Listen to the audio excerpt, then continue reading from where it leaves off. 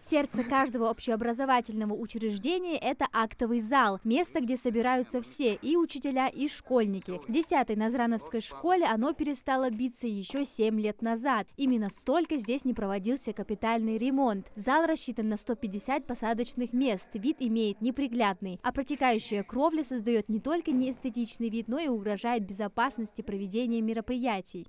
Условия, в которых существуют и находятся наши дети, это тоже немаловажное значение. Тут и эстетическая составляющая, и, естественно, охрана здоровья ребенка играет большую, конечно, роль.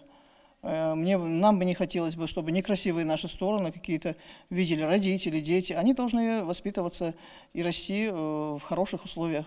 Учреждению капитальный ремонт был просто необходим. Нужно осмотреть каждый уголок. В ужасном состоянии находится подвальное помещение. Текут изношенные трубы, сгнили полы, а из-за сырости со стен сыпется штукатурка. Этот этаж достаточно просторный. Здесь могли бы проводить внеклассовые занятия.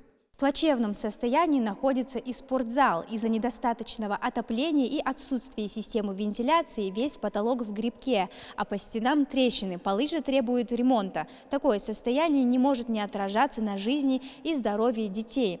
Роспотребнадзор неоднократно штрафовал и закрывал данное помещение. Сантехнику на всех 3 этажах требуется полностью заменить. В пищеблоке нет вентиляции, напольная кафельная плитка во многих местах отслоилась. Есть сколы, что угрожает жизни обучающихся. Здесь есть и дошкольный блок, рассчитанный на 60 человек. С начала отопительного сезона в детском саду холодно, так как напольное покрытие находится прямо на земле. Это особенности строительства здания. Из-за этого дети ютятся в игровых комнатах. Детям находиться невозможно там. Так же, как и взрослым. Так как у нас, тем более, климат сырой, дети часто болеют, и переохлаждать организм детский ни в коем случае нельзя. Поэтому мы музыкальные занятия проводим в группах.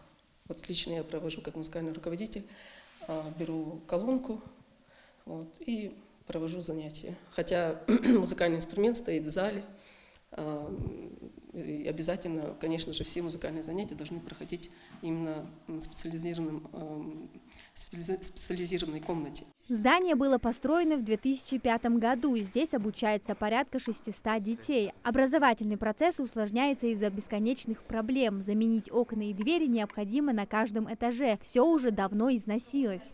Косметический ремонт обычно в конце учебного года, ежегодно мы его проводим, но есть проблемы, которые просто невозможно, мы какими-то своими внутренними резервами, силами не можем решить.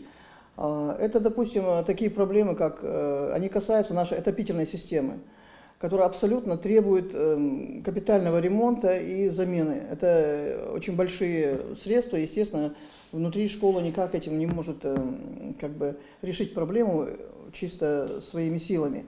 Капитальный ремонт в 10-й школе проведут в рамках реализации госпрограммы развития образования. Всего в 2025 году предусмотрена реконструкция 8 объектов. Это 2 детских сада и 6 образовательных учреждений в различных населенных пунктах региона, включая самые отдаленные. На эти цели выделено более 520 миллионов рублей из федерального бюджета.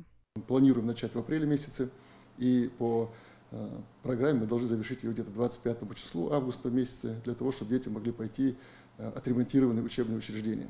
В рамках программы в прошлом году капитальный ремонт провели в 6 школах. Субъект был отмечен как своевременно выполнивший все свои обязательства к новому учебному году. Такую планку не собираются снижать и в 2025-м. Амина Зязикова, Билал Ахильгов, Магаз 24.